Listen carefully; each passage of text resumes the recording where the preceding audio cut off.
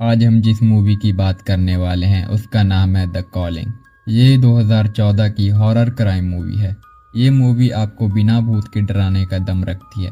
इस मूवी को देखते वक्त मैं खुद कई बार डर गया था। इस मूवी की रेटिंग 5.9 है आउट ऑफ 10। इस मूवी में एक सीरियल किलर को दिखाया गया है जो कि एक के बाद एक मर्डर करता जा रहा है और पुलिस उसे पकड़ पाती है या नहीं, आपको ये वीडियो देखने से पता चलेगा। बने रहिए इस वीडियो के साथ। मूवी की शुरुआत होती है इस फिल्म की मेन कैरेक्टर को दिखाने से, जिसका नाम होता है हैजल। हैजल पेशे से एक पुलिस ऑफिसर होती है जिसकी उम्र लगभग 35 से 40 के बीच में होती है। हैजल की पीठ का ऑपरेशन हुआ है थोड़े समय पहले, पर इस ऑपरेशन से कुछ भी खास असर हैजल को नहीं हुआ। इसीलिए हैजल की पीठ हर समय दर्द करती रहती है। इसके लिए हैजल बहुत सारी दवाइयाँ कंज्यूम करती है। इसके बाद हैजल पुलिस स्टेशन जाती है। यहाँ पर रे नाम का एक और पुलिस ऑफिसर उसे बताता है कि बॉब चैंडलर की माँ डेलिया उसका बहुत समय से फ़ोन नहीं उठा रही, इसीलिए बॉब को अपनी माँ की फिक्र हो रही थी और उनकी पड़ोसन जोलिन ने भी बहुत बार जाकर डेलिया के घर का दरवाज़ा खड़काया पर कोई जवाब नहीं आया और हैजल को कहता है कि तुम्हें जाकर देखना चाहिए कि वहाँ पर आखिर क्या गड़बड़ है। जब हैजल डेलिया के घर पर जाकर देखती है तो वहां पर बहुत ज्यादा खौफनाक मंजर हमें देखने को मिलता है। किसी ने डेलिया का बहुत बेरहमी से गला काटकर उसकी हत्या कर दी थी। इसके बाद हैजल उसी कातिल को घर में ढूंढने लगती है, लेकिन कातिल डेलिया को मारकर वहां से जा चुका था। इसके बाद लाश की जांच पड़ताल करने स्पेयर नाम का एक ऑफिसर आता है। हैजल के लिए डेलिया की मौत बहुत दिल दुखा देने वाली घटना होती है, क्योंकि डेलिया हैजल की मॉम के चर्च में अक्सर जाया करती थी और हैजल डेलिया को बचपन से जानती थी। हैजल उसकी पड़ोसन जॉलिन से पूछती है जहाँ पर उसने किसी अनजान शख्स या कोई कार को देखा है। इस पर जॉलिन कहती है कि उसने यहाँ पर एक डार्क ग्रे कलर की कार को देखा था, इसके अलावा उसे कोई नहीं दिखा। उसके बाद डेलिया का बेटा बॉब यहाँ पर आ जाता है। हैजल बॉब से कुछ सवाल जवाब करती है, जैसे उनके पास कोई कीमती चीज़ तो नहीं थी। इस पर बॉब कहता है कि उनके पास ऐसा कुछ भी नहीं था जिसे चुराने के लिए कोई उसके घर में घुस जाए। अगले सीन में स्पेयर को डेलिया की लाश में से कुछ सुराख मिलते हैं, जैसे उस कातिल ने डेलिया को मारकर 1 घंटे तक उसके मुंह में अपनी उंगलियां डालकर रखी थी ताकि उसका मुंह बंद ना हो, और उसने ऐसा क्यों किया इसका कुछ पता नहीं था। कातिल ने डेलिया की एक फिंगर भी तोड़ दी थी। इसके बाद हैजल और रे आपस में बहस कर रहे होते हैं। रे हैजल को कह रहा होता है कि वो ऐसे केस को अकेले सॉल्व नहीं कर सकते। हैजल की हालत भी पहले से बहुत ख़राब है, इसीलिए ये केस उन्हें किसी और पुलिस ऑफिसर को दे देना चाहिए, लेकिन हैजल नहीं मानती। ये केस वो खुद सॉल्व करना चाहती है और रे भी उसकी जिद के आगे अपना सर झुका देता है। सीन कट होता है और हमें कुछ बच्चे प्लेग्राउंड में खेलते हुए दिखाए जाते हैं, लेकिन उनमें से एक छोटी बच्ची अचानक से गिर पड़ती है। अगले सीन में हैजल अपने घर पर आती है, जहाँ पर उसकी मॉम हेजल को कहती है कि उसे भी चर्च जाना चाहिए था, जहाँ पर डेलिया की मौत का मातम मनाया जा रहा था, लेकिन हेजल मना कर देती है। वो अपनी माँ को कहती है कि वो फ्यूनरल में चली जाएगी। यहाँ पर एक और बात रिवील होती है कि कुछ समय पहले हेजल प्रेग्नेंट थी, लेकिन किसी प्रॉब्लम के चलते वो अपना बच्चा खो देती है, जिसके कारण हेजल आज तक उस बात का गम अपने दिल में लेकर घूमती है। इसके बाद हेजल एक बार में जाती है जहाँ पर एंड्रयू नाम का एक आदमी आता है। एंड्रयू और हैजल थोड़ी देर बातें करते हैं। उसके बाद एंड्रयू को उसकी वाइफ का कॉल आता है।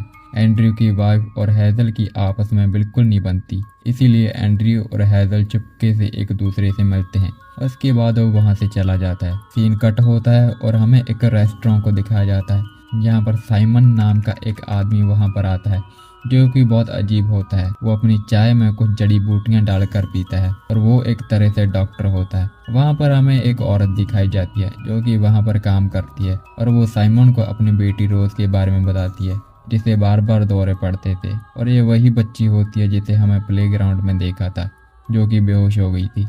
रोज की मॉम साइमन को बताती है कि उसने बहुत डॉक्टर से उसका इलाज करवाया पर कुछ फायदा नहीं हुआ। अगले सीन में हेजल के पुलिस स्टेशन में एक नया ऑफिसर आता है जिसका ट्रांसफ़र हुआ था। इसके बाद हेजल डेलिया के फ्यूनरल में जाती है, जहां पर एंड्रयू और उसकी वाइफ भी होती है, और उसकी वाइफ को हेजल बिल्कुल पसंद नहीं होती, इसीलिए इनका वहां पर झगड़ा हो जाता है और एंड्रयू इन्हें शांत करवाता है।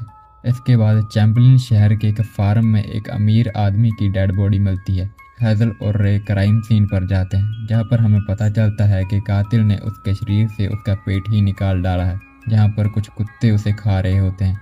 अगले सीन में हेजल अपने हेडक्वार्टर्स जाती है, जहाँ पर अपने सीनियर को कहती है कि ये दोनों कत्ल एक ही शख्स ने किए हैं और एक प्रोफाइल मेकिंग एक्सपर्ट की मांग करती है, लेकिन उसके सीनियर उसे बेइज्जत करके वहां से बाहर कर देते हैं। अगले सीन में साइमन रोज के घर आता है, यहाँ पर वो रोजी को अपनी जड़ी बूटियां पिलाता है, लेकिन रोजी को उसका स्वाद पसंद नहीं आता, इसलिए उसकी मॉम किचन में शहद लाने के लिए चली जाती है। उसके जाते ही साइमन रोजी का मुंह दबाने लगता है, जिससे उसे सांस नहीं आ रही होती। सीन कट होता है और बॉब और हेजल बातें कर रहे होते हैं। यहाँ पर बॉब हेजल को बताता है कि डेलिया ने उसकी वाइफ के लिए overstock.com से एक नेकलेस ऑर्डर किया था, लेकिन अब वो उनके लिए कोई मायने नहीं रखता। बॉब उसे ये भी बताता है कि कुछ समय पहले डेलिया बहुत तकलीफ में रहती थी। दरअसल अभी तक उस कातिल ने 9 लोगों को मार डाला था और अभी तक पुलिस को कोई भी सुराग नहीं मिला इस कातिल के खिलाफ। अगले सीन में सभी पुलिस ऑफिसर मिलकर सभी लाशों की फोटोज को देख रहे होते हैं, ताकि उन्हें कोई क्लू मिल जाए आखिर क्यों वो इन सभी को मार रहा है। तभी हेजल कुछ नोटिस करती है। हेजल को पता चलता है कि सभी लाशों का मुंह इस तरीके से सेट किया गया है जैसे कि वो कुछ कहना चाहते हो या कातिल इनके जरिए कुछ समझाना चाहता। इन लाशों के मुंह को समझने के बाद इन्हें एक वर्ड मिलता है और वो वर्ड होता है लाइबीरा। ये लैटिन भाषा का शब्द है। इसके बारे में और जानने के लिए हेजल सेंट जेवियर चर्च के फादर प्राइस के पास जाती है। यहाँ प्राइस इस शब्द का मतलब बताते हैं। लाइबीरा का मतलब होता है पुनर्जन्म। यहाँ पर प्राइस ये भी बताते हैं कि जब बाइबल बनाई गई थी तो कुछ शब्दों को बोलने या लिखने की मनाही थी और वो सिर्फ ओरल फॉर्म में रह गए थे। उन शब्दों को बाइबल में दर्ज नहीं किया गया, पर कुछ खास प्रीस्ट को ही इन शब्दों का पता था, क्योंकि शब्द को सुनने वाला इसका रखवाला बन जाता था और इन शब्द को किसी दूसरे प्रीस्ट को बताने वाले को अपना सैक्रिफाइस देना पड़ता है। दरअसल पुराने समय के लोगों का ये विश्वास था कि 12 लोग अपना बलिदान देकर किसी एक का पुनर्जन्म करवा सकते हैं और बदले में इन 12 आत्माओं को बिना किसी शर्त मुक्ति मिल जाती है। और इस मंत्र को एक प्रीस्ट अपना बलिदान देने से पहले दूसरे प्रीस्ट के कान में बोलता था और ऐसे ही ये मंत्र अगले प्रीस्ट को देकर वो भी अपना बलिदान दे देता था। ऐसे ही जब 12 कुर्बानियां पूरी हो जाती हैं तब एक आत्मा का पुनर्जन्म होता है, जिससे कि कुर्बानी देने वाले जिंदा करना चाहते हैं। लेकिन यहाँ पर सबसे जरूरी बात है कि वो अपनी मर्जी से ही अपने आप को कुर्बान कर सकते हैं, कोई भी उनसे जोर जबरदस्ती नहीं करवा सकता। तभी ये रस्म पूरी होती है। यहाँ पर हेजल समझ जाती है कि कातिल इस रस्म को पूरा कर रहा है और जो लोग मरे हैं उन्होंने अपनी मर्जी से अपनी जान दी है, लेकिन अभी तक 9 मौतें ही हुई हैं, यानी 3 कुर्बानियां अभी बाकी हैं और इससे पहले उस कातिल को पकड़ना होगा। अगले सीन में हेजल के पास बैन आता है और बताता है कि जो डेलिया ने ऑनलाइन सोने का हार मंगवाया था वो डेलिया के घर पर डिलीवर हुआ ही नहीं। पोस्ट ऑफिस से पूछने के बाद पता चलता है कि ओवरस्टॉक वालों ने उसे डेलिया के घर से 1500 किलोमीटर दूर किसी जगह पर डिलीवर किया है। इसके बाद बैन उसी जगह पर जाकर पता लगाता है आखिर वो नेकलेस किसके घर पर डिलीवर हुआ है। इसी दौरान रे को उस कातिल की गाड़ी के बारे में पता चल जाता है। हेजल और रे वहां पर जाके पूछताछ करते करते रोजी के घर पर जा पहुंचते हैं, जहां रोजी की मॉम उन्हें बताती है कि वो वहां से चले गए थे। उसके 2 दिन तक रोजी उल्टियां करती रही और डॉक्टर्स ने भी रोजी के बचने के 50-50 चांस बताए, लेकिन अचानक से ही अगले दिन रोजी बिल्कुल ठीक हो जाती है, जिससे डॉक्टर्स भी बहुत शॉक होते हैं। यहाँ पर वो हेजल को साइमन का हुलिया भी बताती है। इसके बाद रोजी बताती है कि साइमन को पता था कि उसे ढूंढते ढूंढते कुछ पुलिस वाले उसके घर पर आएंगे और वो रोजी को ये भी बताता है कि दूसरों को लगता है कि वो गलत काम कर रहा है, लेकिन वो एक बुरा इंसान बिल्कुल भी नहीं है। यहाँ पर हमें ये साफ होता है कि साइमन ही इन हत्याओं को कर रहा था। वो उस रस्म को पूरा करने के लिए ये सब कर रहा था, पर अभी तक ये नहीं पता कि आखिर वो किसको दोबारा जिंदा करना चाहता है। इसके बाद बैन वहां पर पहुंच जाता है जहां पर डेलिया का नेकलेस डिलीवर हुआ था। उसके बाद वो जैन बक नाम की एक लेडी का पीछा करते करते एक छोटे से घर में आ जाता है, जहां पर जैन बक सारे पार्सल को वहां पर छिपा के रखती थी। बैन को उस घर में एक आदमी की लाश मिलती है, जिसे कि फॉर्मल्डिहाइड से ढककर रखा था ताकि वो सड़े ना। इसी दौरान जैन वहां से भाग जाती है। इसके बाद बैन ये हेजल को बताता है। हेजल उसे एक शहर में भेज देती है जहां पर उन्हें शक होता है कि साइमन वहां पर आएगा। इस पर रे उसे कहता है कि उसे बैन को अकेले नहीं भेजना चाहिए, लेकिन हेजल उसे कहती है कि वो संभाल लेगा। इसके बाद हेजल और रे घर पर आते हैं। यहाँ पर वो बात कर रहे होते हैं कि साइमन इन लोगों को मुक्ति दिलाने का वादा करता था और बदले में इनकी कुर्बानी ले लेता था। इसके बाद हैजल को ये पता लगता है कि आज तक जितने भी लोग मरे हैं उन्हें कोई ना कोई बीमारी थी और ये एक फेद फॉर डाइंग नाम की एक वेबसाइट से जुड़े थे। इन्हीं लोगों में से एक को साइमन अपना अगला शिकार चुनता था। इसके बाद हमें साइमन दिखाया जाता है जो कि टमारा नाम की किसी औरत को ईमेल कर रहा होता है कि वो कल उसे मिलने आएगा और लगता है कि साइमन का अगला शिकार टमारा है। इस बात का पता हैजल को भी हो जाता है। वो बैन को वहाँ पर टमारा के घर पर भेज देती है। अगले सीन में साइमन टमारा से कागज पर कुछ लिखवा रहा होता है और उसे पापों से मुक्त करने के लिए उस पर खौलता हुआ पानी डाल देता है। इसके बाद बैन भी वहाँ पर पहुँच जाता है और हैजल और रे उसे फोन पर एक एक डिटेल ले रहे होते हैं। बैन घर में झांकने की कोशिश कर रहा होता है लेकिन उसे कुछ नहीं दिखता। इसके बाद बैन खिड़की से झांकता है तो वहाँ पर उसे खून ही खून दिखता है। रे उसे वहाँ से दूर जाने के लिए कहता है क्योंकि बैन एक बच्चा था, लेकिन हैजल उसे अंदर जाने को कह देती है। यहाँ पर साइमन उसे पीछे से बेहोश कर देता है और बैन वहीं पर बेहोश हो जाता है। साइमन बैन के फोन से हेजल से बात करता है और कहता है कि उसने उसके पास एक पैकेज भेजा है और वो जल्दी हेजल से मिलेगा। यहाँ पर बैन साइमन का चेहरा नहीं देख पाता। इस इंसिडेंट के बाद रे हेजल से गुस्सा हो जाता है क्योंकि उसने बैन की जान खतरे में डाल दी थी। इसके बाद हेजल घर जाकर साइमन के भेजे पैकेज को खोल कर देखती है जिसमें कि एक डीवीडी होती है जिसमें डेलिया के मरने से पहले की वीडियो होती है, जिसमें वो कह रही होती है कि वो इस जिंदगी से बिल्कुल खुश नहीं है, इसीलिए अपना शरीर अपनी मर्जी से साइमन को सौंप रही है। इसके बाद हमें साइमन को दिखाया जाता है जो कि चर्च में फादर प्राइस से मिलने आया था। सीन कट होता है और हमें बैन दिखाया जाता है जो कि पछतावा कर रहा होता है कि वो उस कातिल को पकड़ नहीं पाया और वो हैजल को फोटोज दे देता है जो कि उसने जैन बक के घर पर खींची थी।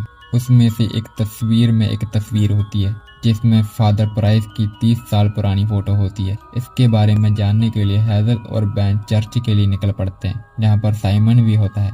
अगले सीन में हमें चर्च का सीन दिखाया जाता है जहाँ पर हमें पता चलता है कि साइमन का असली नाम पीटर होता है और फादर प्राइस उसके असली फादर होते हैं यानी कि डैड। यहाँ पर पीटर के भाई की मौत के बाद फादर प्राइस ने पीटर को उस मंत्र के बारे में सब बता दिया था और ये सब कत्ल पीटर अपने भाई गैब्रियल को दोबारा जिंदा करने के लिए कर रहा था। और जो लाश हमने जैन बक के घर में देखी थी वो लाश गैब्रियल की होती है जिसे रैप करके रखा हुआ था। फादर प्राइस कहते हैं कि जो तुम कर रहे हो वो पाप है, लेकिन पीटर उनकी बात नहीं मानता। इस सब के लिए फादर प्राइस खुद को उतना ही जिम्मेदार मानते हैं जितना कि पीटर को।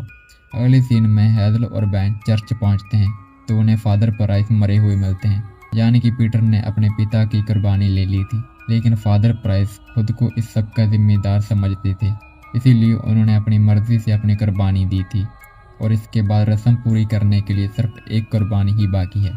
इसके बाद ये रस्म पूरी हो जाएगी। ये देखने वाली बात होगी कि आखिरी कुर्बानी पीटर किसकी लेता है। हैजल वो तस्वीर चर्च की नन को दिखाती है और उसे वहाँ से सब पता चल जाता है कि इसके पीछे फादर प्राइस के बड़े बेटे पीटर का हाथ है।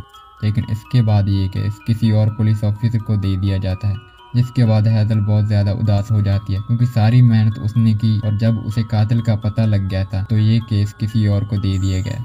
अगले सीन में हैजल अपने घर पर होती है। यहाँ पर वो अचानक से बेहोश हो जाती है और जब उसे होश आता है तब वो अपने आप को गाड़ी में पाती है और साइमन उस कार को ड्राइव कर रहा था। उसके बाद पीटर उसे अपने घर पर ले आता है। यहाँ पर उसे वो बहलाने फुसलाने की कोशिश कर रहा होता है ताकि हैजल अपनी मर्जी से अपनी कुर्बानी देने के लिए राजी हो जाए, लेकिन हैजल नहीं मानती और आखिरी कुर्बानी तो पीटर को हर हाल में चाहिए थी, इसीलिए वो गन से खुद को ही शूट कर लेता है। आखिरी कुर्बानी उसने खुद की ही दे दी थी। इसके बाद हैजल को पुलिस रेस्क्यू कर लेती है और उसे हॉस्पिटल ले जाया जाता है और आखिर में पुलिस गैब्रियल की लाश को उठाने जैन बक के घर पर जाती है, लेकिन गैब्रियल की लाश वहाँ पर नहीं होती, यानी कि रस्म पूरी होने के बाद गैब्रियल का पुनर्जन्म हो चुका था। और यहीं पर ये फिल्म ख़त्म होती है। आपको ये कहानी कैसी लगी कमेंट कर ज़रूर बताना। मिलते हैं अगली वीडियो में।